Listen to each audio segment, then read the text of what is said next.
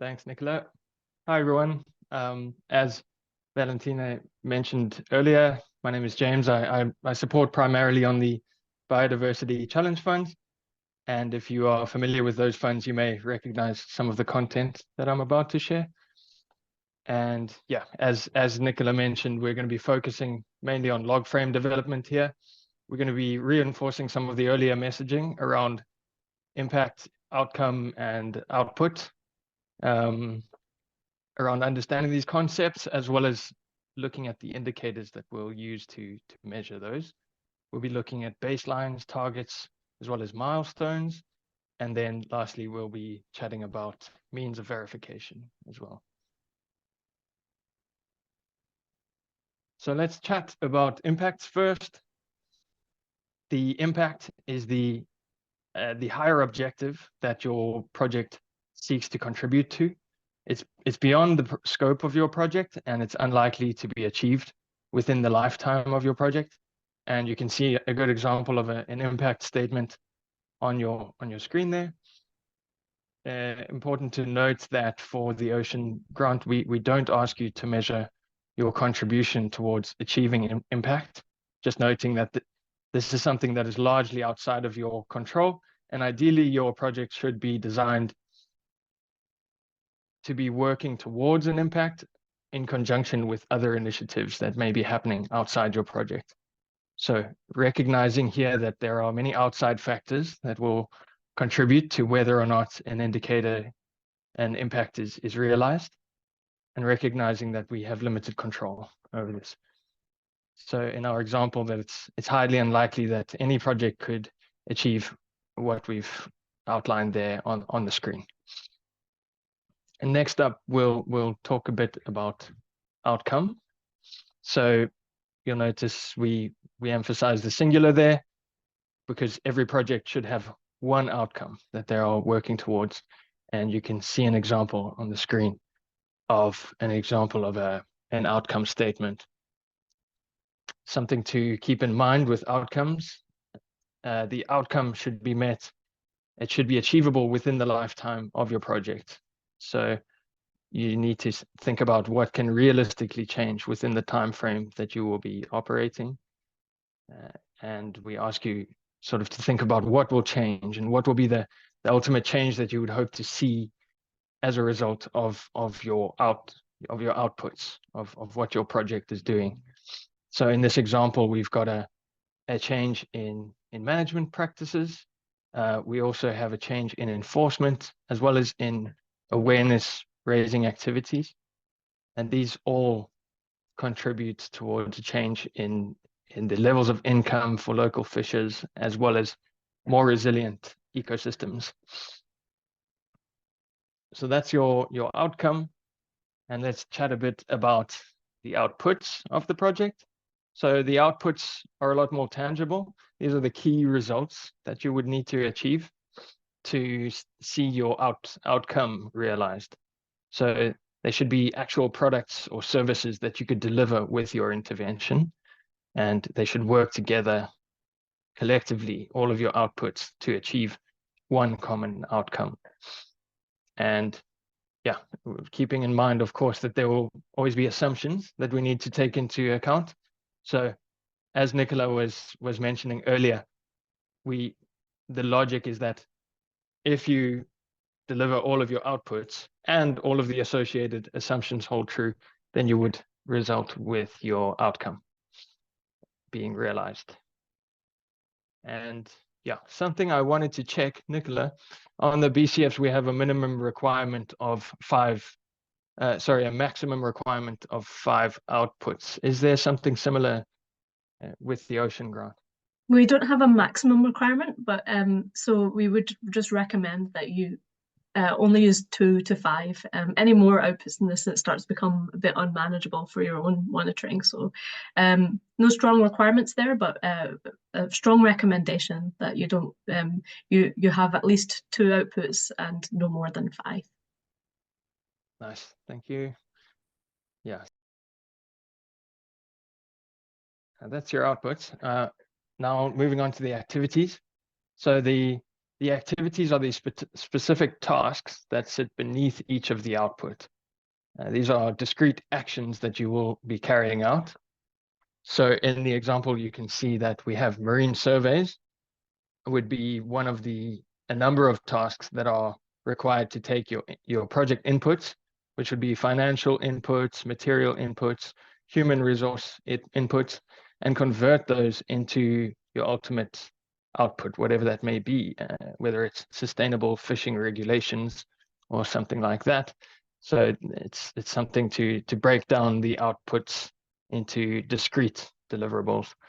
So other examples of activities could include producing and sharing consumer awareness content. It could include carrying out training, or perhaps writing an article and submitting it for publication in a journal. And if we move on, the next slide is about indicators. So indicators are, it's basically a variable that tells us if a change we are interested in is happening or not. It only measures one thing in the case of the Ocean Fund, and that's progress. We only require projects to have indicators to measure the project progress. These could be qualitative or quantitative, and but ideally, either way, they should set precise criteria for the measurement of progress, and something we'll talk about a bit more in the upcoming slides. So yeah, simply put, it's either a qualitative or a quantitative measure of something, of the characteristics of a given subject. So by assessing an indicator across time and space, we can generate evidence that we can use to inform whether or not a change has happened. And something also just to keep in mind is we do ask you to keep indicators as simple as possible. And that's something that can really help us with our MEL, is if we keep them really simple so that we're all clear on what exactly the change is that's being measured. In some cases, a single indicator may have both quantitative and qualitative characteristics. For example, you may be measuring the number of people that are affected by a change, but you also may want to measure the extent to which those people are affected. But ideally, we do stress that we'd like to keep things straightforward within any given indicator. Another thing just to mention is that we do ask that they be independently and objectively verifiable, and we do ask that you link them to your specific output or outcome. And just noting that we do not require indicators to be set either for the impact or for the activities. And yeah, just a very last note on indicators. We do recognize the value of subjective information, but ideally, your indicators should be replicable or verifiable. And that is, we just asked for a systematic kind of methodology for how you are determining, how you are measuring change or a change in a characteristic even. And yeah, so if we move to the next slide, we ask that your indicators be smart. That can be very phrased in kind of various ways, or kind of have different words used for the different parts of the acronym. But yeah, as you can see on the screen here, the way we see it, it is specific, measurable, achievable, relevant, and time-bound. And you can also notice on the A, you could also potentially look at it as attributable, and on the R, we're also considering whether or not is your indicator would be realistic. So let's just run through these briefly. So S stands for specific, and we ask you to kind of determine whether or not you are actually kind of measuring the correct thing in the context of your project and what you're trying to achieve. The M is related to measurable, so it's thinking about whether it is kind of feasible and whether this kind of measure of change makes sense, and whether we need to also take into account kind of the responsibilities of who would conduct the kind of monitoring necessary to measure the change, and who would absorb those costs. So you're thinking really about kind of, is the change that you're describing really something that you can quantify? In some cases, it can be very difficult to do that. So then we're looking at the next one, which is achievable. And here, the main thing to keep in mind is that your project it's a discrete process. Many cases it may be connected to other initiatives and working towards a greater good, but for your project, we ask that your indicators be achievable within the time frame and the resources that you have at your disposal.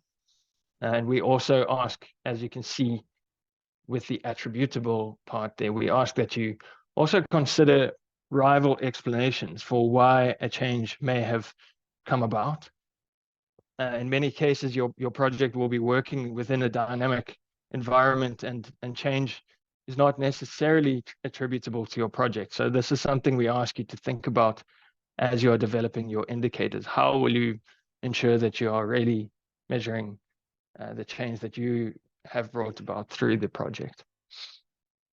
Then on the relevant side, we're asking, is it really relevant to the specific thing that you're trying to measure? And many times, if you kind of get to the end of your log frame, you may find that certain indicators can be sort of shifted between different outputs, and you find, actually, hey, this thing I was planning to measure might be more relevant for a different part of it. So we just encourage you to, as you think about things, as you refine your ideas, think about whether or not your indicators remain realistic to what you're trying to measure.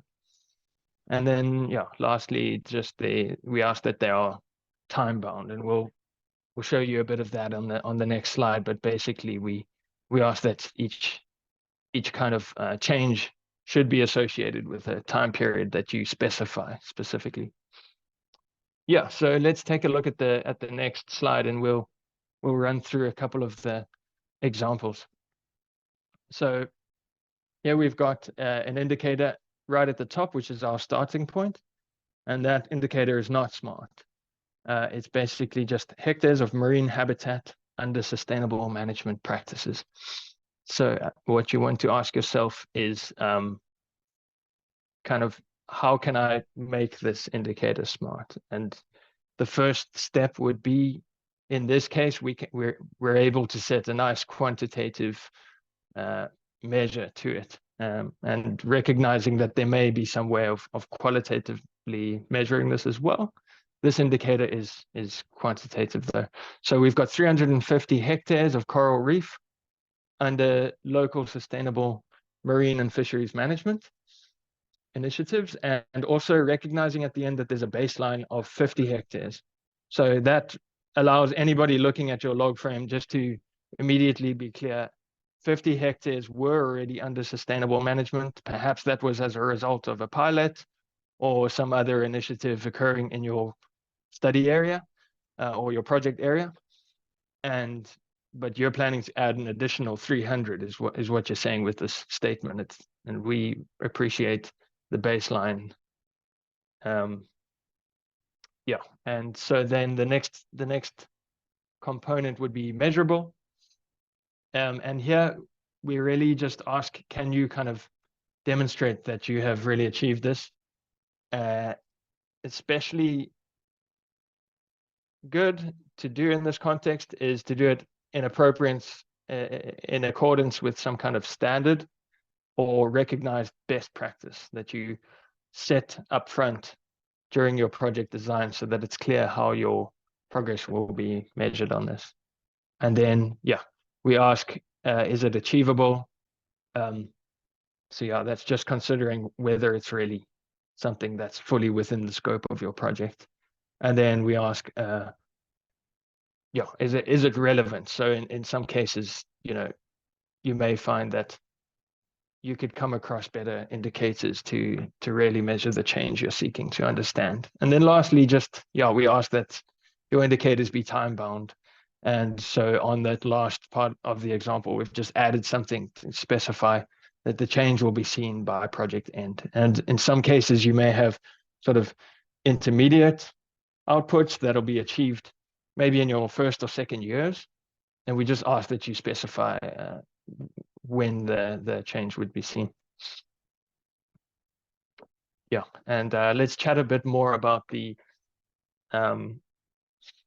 baselines, milestones, and targets on the next slide. Yeah, so with these, as I mentioned before, we really appreciate if you can include baselines and targets. I saw there was a question in the chat earlier about milestones, so this will cover that. So it's a good way to ensure that your indicators are specific and time-bound. Your baseline is basically the measure of the condition before your project or activity starts to compare with the result at the end of the project. And this is in conformance with best practices. Ideally, we do need to see something that to quantify progress against, which a baseline forms a helpful kind of benchmark for that. And then we ask that you set a target at the beginning of your project. And that's what you're ultimately trying to achieve. And then milestones would be intermediate targets that you can kind of track your progress towards a project.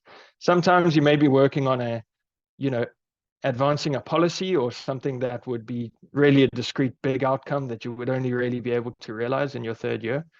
But at the same time, you could potentially have some kind of milestone, whether it's a draft or some kind of milestone that you could use in the interim. With other measures like maybe area-based measures, you may be kind of scaling the rollout of your project, and then you can use that as a kind of milestone for showing us how you're progressing and throughout the project. And yes, just to mention, if you don't have baseline data at the beginning, we do ask you just to indicate when it will be available, and we do ask that this be as early as possible in the project. And also, yeah, if it's coming from a secondary data source or whether it's data that you'll be collecting yourself, we ask that you specify this as well. Right, let's chat a bit more about indicators. Means of verification.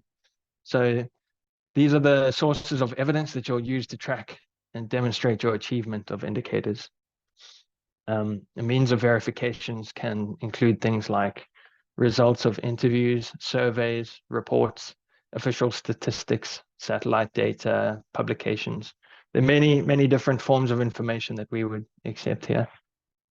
But we do ask that you consider both primary and secondary data and think about whether it can be obtained elsewhere or has already been collected. If the data exists and it's already reliable or objective, and if you find yourself needing to collect data, we just ask that you be sure that there's a kind of a need to collect that data firstly, and then also that you be clear on how it will be resourced, who will be collecting it, how long will it take. So we ask, I'll go into things a bit more on the next slide as well. Yeah, so here, just another note on your means of verification. And we ask that your means of verification be specifically linked to your indicators. So please be mindful that the sources of evidence, they should contain the information needed to verify your progress against your indicator. And we do ask that you ensure that it's an independent and kind of objective source of information. They should be specific either to your output or outcome indicators. And when reporting these, we do ask that you be specific.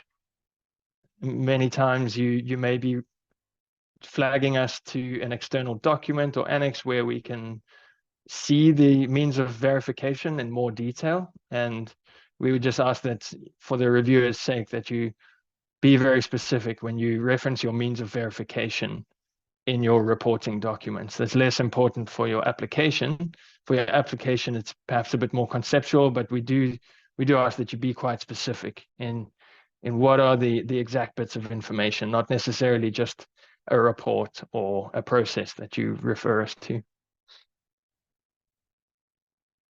Yeah, so we're going to chat a bit more on the next slide about how we could do things better in the example you see on the screen.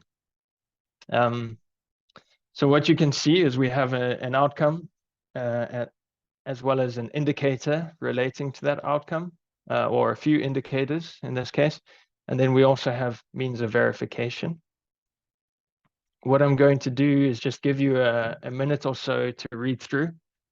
And then if you could pop some comments in the chat just about, are there things that we could improve, do you think, with these indicators and with means of verification? And a couple of things I'd like you to consider, please, is, are the indicators capable of measuring progress? Are they relevant to the outcome? And are their means of verification also relevant? We ask, are the indicators smart? And if not, what could be improved? How can they be made more specific or measurable or achievable? Let's look at also the means of verification. Are they specific enough? Are they appropriate as a form of evidence for the kind of change that we're expecting to demonstrate? And then, yeah, although having surveys are great, do you think that it is currently what we currently have here will be able to provide evidence of a change in awareness or understanding? So your thoughts on these would be great, and we'll just give you a minute to have a look through these and think about how they could potentially be improved.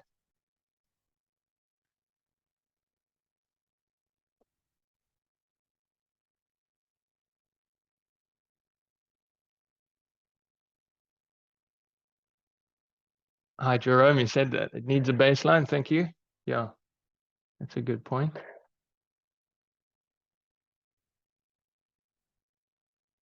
Yeah.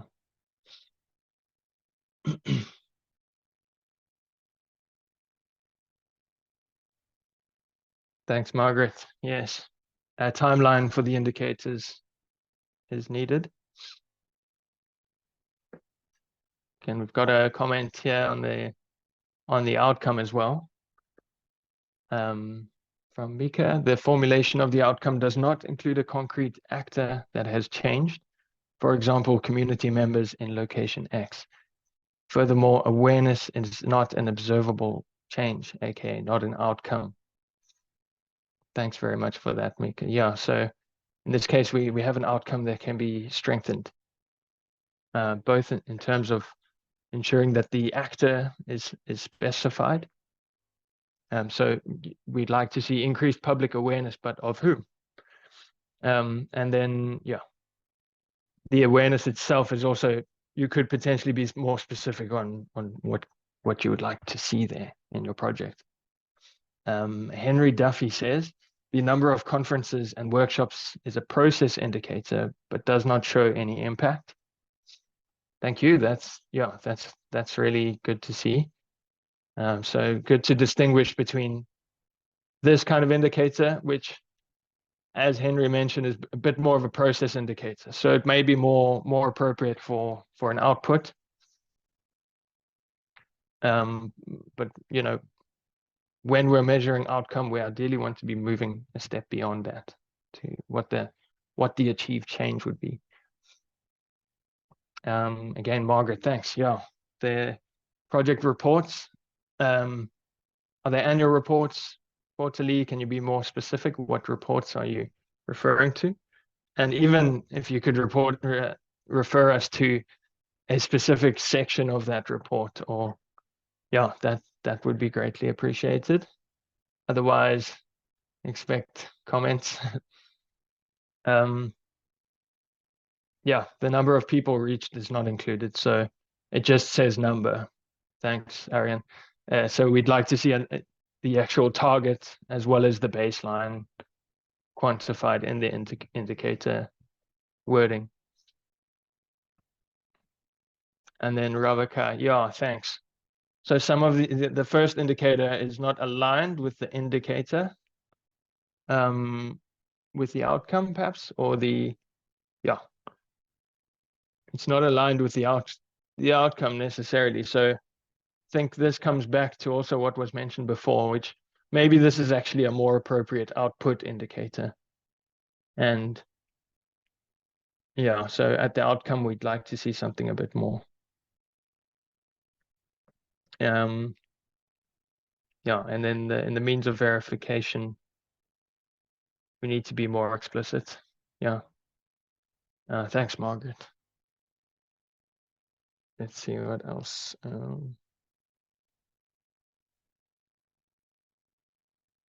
Yeah, thanks, Stephen. Just really, yeah, emphasizing like we see this a lot where it's actually very difficult to measure a change in capacity or capability or whatever it is you would like to see changed through conferences or workshops. And that's a really big challenge we're all facing. So worth noting that everybody struggles with this, but we do need to move beyond just measuring a simple number of conferences or workshops. We need to think about what we're actually trying to achieve with those. Walter mentions that it would ideally have qualitative and quantitative indicators. And yeah, we don't have specific requirement, and we do leave it up to you. But ideally, I agree with you, Walter. In the case of this outcome, ideally we should be seeing some kind of qualitative and quantitative description. Jerome mentions that it would be nice to see a method of evaluation survey. That's great. Yes, absolutely. And we ask you to be as specific as possible. Yeah. Let's see what else. Thanks. I'm seeing a lot of comments here. This is really good.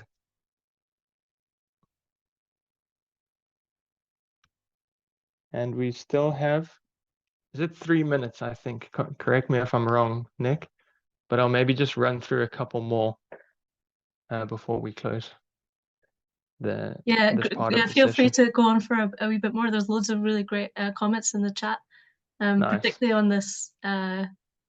Yeah, I'll let you go ahead and continue. But lots of different things that you've suggested that need to be improved here. Yeah, nice. Yeah, so the awareness again, Pauline, thanks. Just kind of improving the awareness of something, maybe a lower level result at output level, and not necessarily something that we want to achieve at an outcome level. We do recognize that for some projects, this may be your ultimate objective. So this is something we found with the Biodiversity Challenge Funds, and I imagine it's applicable here as well, is that we have such a broad range of projects. There are many ways of achieving the change that we ideally would like to see. And yeah, so we try to leave room for projects to really figure it out for themselves and just demonstrate to us that you've thought about it and you've got a clear reasoning. So we have no kind of real prescriptive guidance on what is appropriate as an outcome or output indicator, except for these general principles that we've provided. And then also, thanks, Pauline, yeah, increased media coverage is not specific on what change needs to be done. So yeah, we'd like to see something more specific on that one. Yeah, so always just applying those SMART criteria. Thanks, Tapan. Yes, we do ask for some more specific indicators, especially if you are trying to tell us how awareness has changed or how attitudes have changed. And I think maybe even just to add to that, it's while this indicator just says changes in attitudes, it's not really telling us much about what proportion of the target audience you're trying to change the attitude of. It doesn't tell us whether it's a positive change in attitude or a negative change in attitude as well. What kind of you can specify, like, do you want people to have a more positive feeling about marine conservation, for example? So that would be more specific, and then you want to try to to outline a bit more about how much of the population can you realistically kind of target there. Sometimes when we're talking about targets and time boundness, we can do that within the wording of the indicator, and other times it would be more appropriate to just specify that in your log frame specifically. So you know that you have the areas there where you can say this is what we're trying to achieve by year 3, for example. And other times when it's something more qualitative, it might make sense to include that in the statement itself. Nice. Yeah, agree with that. And Stephen, I see you have pointed out that should have surveys as a means of verification to determine the increase in awareness. Yes. And also we ask that you specifically outline, you know, as Nicola mentioned, specifically what this change in awareness would be and what specifically in that survey would tell you. Yes, and here it's said that the survey would be in the final year of the project, so there's nothing to compare against. There was no survey planned at the beginning of the project to understand where people were, what people's perceptions or attitudes were before you started the intervention. Yeah, thanks, Nick. And some great comments here from Henry as well. The outcome says increased awareness, but the indicator says change in attitude. So we do ask that you be really specific with your language and consider what these terms really mean. They're not really interchangeable. Awareness and attitude, as Henry goes on to point out as well, they don't necessarily deliver any actual behavior change. So this is where we chatted about log frames earlier. We want to see assumptions as well.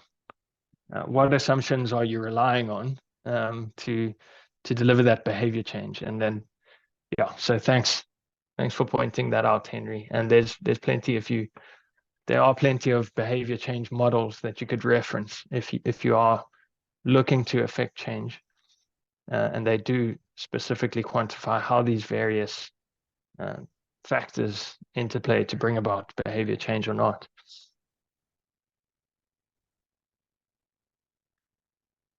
A great comment from Mika as well, I'd like to highlight, is that the indicators don't have any kind of GESI standards reflected in them, and that is something that's really important to Ocean. And we do ask that you consider where you can disaggregate by gender or other social groups in your indicators wherever that is applicable, and that's something that will be part of the Ocean's expert committee's selection process. They'll be looking for evidence that you've thought about GESI in your project design. So important to remember. Yeah, absolutely.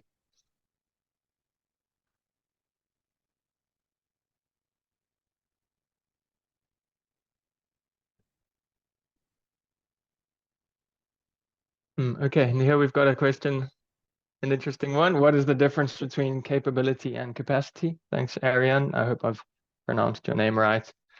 Can you please explain, and also explain if capacity is perhaps more of an outcome level and capability on output level? So Nick, do you have any thoughts on this? I definitely have thoughts, but I know it's not something that is set in stone. I know that there are different views on it. So, but do you have any thoughts? Yeah, more generally, it's looking at, so capability is more looking at like levels of skills and current levels of knowledge, whereas capacity, you might be thinking about whether people have the resources available to do the things. They may already have the knowledge, but they might not have enough people power to do something, or they might not have enough financial resources. So that's the sort of thing. It might be just that you've got an organization that is a young organization, isn't as developed as it needs to be to deliver what it's aiming to do. So that's the sort of thing that you could think about in that.